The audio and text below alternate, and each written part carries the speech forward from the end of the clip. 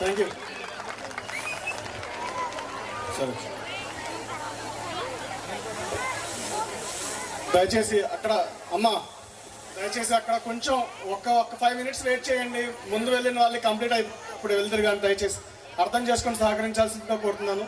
Please ఒక్క 5 నిమిషాలు, వెనకాల ఉన్న వాళ్ళు ఒక్క 5 నిమిషాలు ఆగితే క్లోజ్ చేసేసుకోవచ్చు. ఒక్క 5 నిమిషాలు వెయిట్ చేయండి అమ్మా, ప్లీజ్ అర్థం చేసుకోండి.